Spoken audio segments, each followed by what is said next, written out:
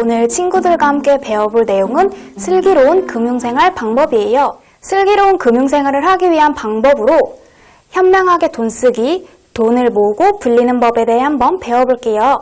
첫 번째로 소중하고 편리한 돈에 대해 한번 배워볼게요. 만화 속 내용을 읽어볼까요? 아저씨, 신발이랑 아이스크림이랑 교환해요. 난 쌀이 필요한데? 우리는 쌀이 없다고. 이처럼 돈이 없던 시절에는 물물 교환을 통해 서로 필요한 것을 얻었어요. 그러나 서로 필요한 것이 다르면 곤란하겠죠? 그래서 돈이 더욱 소중하고 편리한 거예요. 이번에는 돈이 왜 소중한지 한번 알아볼까요? 첫 번째로 생활에 꼭 필요한 것들을 얻을 수 있어요. 두 번째, 병원 진료도 받고 여가 생활도 즐길 수 있어요. 마지막으로 다른 사람을 도와 더불어 사는 사회를 만들 수 있어요. 돈은 다양한 수단으로서도 우리에게 편리함을 가져다줘요. 우리 함께 어떤 수단이 있는지 한번 알아볼까요? 첫 번째로 물건을 교환하기 위한 교환수단. 두 번째로 물건값을 갚을 때 쓰는 대가 지불수단. 세 번째로 물건값을 비교하기 위한 가치 비교수단.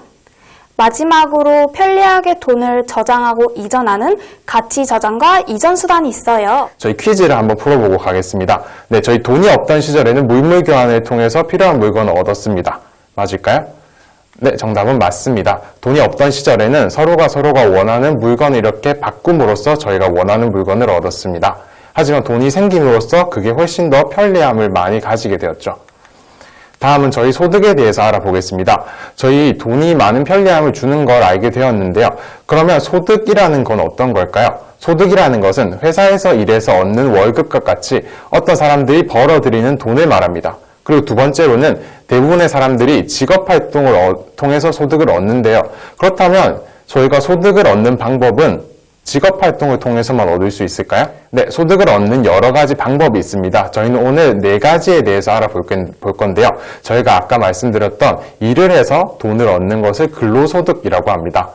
네, 두 번째로는 일을 하는 것은 비슷하지만 개인적으로 신발 가게를 연다거나 아니면 옷 가게를 연다거나 해서 얻는 소득을 사업소득이라고 합니다. 세 번째는 재산소득인데요. 재산소득이라는 것은 제가 만약에 은행에다가 돈을 맡기면 은행은 제 돈을 가지고 여기저기 투자를 합니다. 그런 투자에 대한 수수료가 필요하겠죠. 저는 제 돈을 맡겼으니까요. 그런 수수료에 대한 보상으로 이자라는 것을 지급합니다. 그런 이자를 재산소득이라고 합니다. 마지막으로 이전소득이 있습니다. 근데 이전소득은 아직 많이 접해보지는 못했겠지만 저희가 조금만 있으면 최근에 코로나가 있었죠. 코로나를 통해서 정부에서 긴급 재난지원금이라는 걸 준다거나 아니면 근로장려금 이런 식의 장려금이나 아니면 나중에 나이가 들어서 받는 연금 등이 이전소득에 해당합니다. 여기서 퀴즈. 회사에서 일하고 받은 월급은 사업소득에 해당한다. 정답은 X. 네.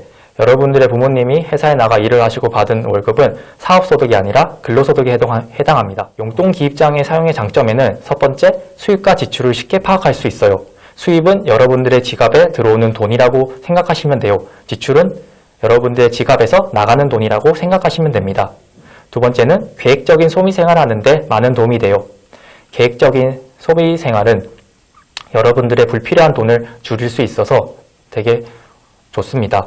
세 번째는 저축을 하는데 많은 도움이 돼요. 이것 또한 계획적인 소비 생활로 불필요한 돈을 줄이기 때문에 여러분들이 저축을 더 잘할 수 있겠죠? 그리고 네 번째로는 낭비를 줄일 수 있습니다. 여러분, 용돈 기입장은 여러분들이 주위에서 쉽게 구할 수 있습니다. 인터넷에 가서 양식을 다운받던지 다이소 같은 데서 예쁜 용돈 기입장을 구입할 수 있는데요. 오늘 용돈 기입장을 어떻게 쓰는지에 대해서 한번 알아가 보도록 하겠습니다. 선생님의 경우는 용돈 기입장 어떻게 쓰는지 한번 나타내 봤는데 보통 친구들 한 달에 한 번씩 용돈을 받잖아요. 그래서 선생님은 이렇게 달별로 돈을 기입장을 쓰는 것을 추천을 하고 있어요. 선생님 경우에는 날짜, 받은 금액, 사용한 금액, 지불한 내역, 그리고 남은 금액 이렇게 목록을 나눠가지고 이 용돈 기입장을 기입을 해봤어요. 자, 정보를 찾아 활용하는 좋은 점. 정보를 찾으면 좋은 점이 있어요. 기능과 특성을 알 수 있고 가격, 품질, 판매 장소와 조건을 알 수 있어요. 친구들이 어떤 상품을 살 때 네이버에 상품을 입력하게 되면 어떤 가격이 싼지 알 수 있죠. 그렇게 정보를 찾아서 활용하면 여러 가지 장점들이 많답니다. 정보를 얻는 방법에는 3가지가 있어요. 첫 번째, 인터넷을 통해서 알 수 있는데요. 평소에 친구들 인터넷 많이 사용하죠? 네이버. 친구들 네이버를 많이 사용할 거예요. 네이버를 통해서 그 정보를 입력하게 되면, 어떤 상품을 입력하게 되면 여러 정보들이 나올 수 있어요. 두 번째, TV. 신문, 책, 잡지를 통해서 알 수 있어요. TV의 경우 어떤 뉴스, 상품이 나왔을 때 어떤 상품이 나왔다. 이 뉴스를 통해서 알 수 있겠죠. 세 번째, 주변의 여러 사람을 통해서 알 수 있어요. 선생님의 경우에는 어떤 상품이 싸다, 어떤 상품을 세일하더라. 이런 정보를 주변 여러 사람을 통해서 알았거든요. 그래서 여러분도 이제 그런 여러 가지 정보를 얻는 방법이 여러 가지가 있으니까 친구들도 여러 가지 방법을 사용했으면 좋겠어요. 자, 퀴즈를 한번 같이 풀어보도록 할게요. 상품을 판매하는 장소나 조건에 대한 정보를 알면 더욱 편리하고 좋은 조건으로 물건을 살 수 있다. O일까요? X일까요? 네, 정답은 O예요. 아까 봤던 것처럼 정보를 알게 되면 더 좋은 가격, 더 좋은 품질, 여러 가지 상품을 비교해서 살 수 있겠죠. 다양한 방법의 지불수단에 대해서도 한번 알아볼게요. 현금이나 수표나 카드나 상품권 이렇게 다양한 것들이 있는데요. 이제 여러분들은 주로 현금이나 아니면은 뭐 문화상품권 이런 것도 여러분들 많이 사용하죠. 대부분의 어른들은 수표나 카드를 많이 사용하기도 하는데요.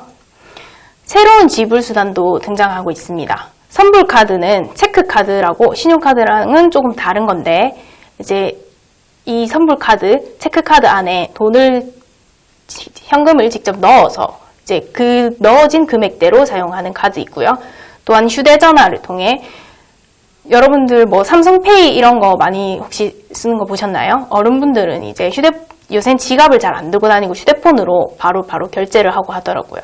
그리고 마일리지, 가상화폐 이것은 아직 활성화가 그렇게 많이 되진 않았는데 이런 것도 있다는 점. 그러면 퀴즈를 한번 풀어볼게요. 수표도 지불수단 중에 하나이다. O가 되겠죠? 아까 예시에 수표도 있었죠? 여러분들과 오늘 함께 수업을 진행해서 너무 재밌었고요. 오늘 수업을 계기로 좀 금융이랑 친해지는 계기가 되었으면 좋겠습니다. 감사합니다.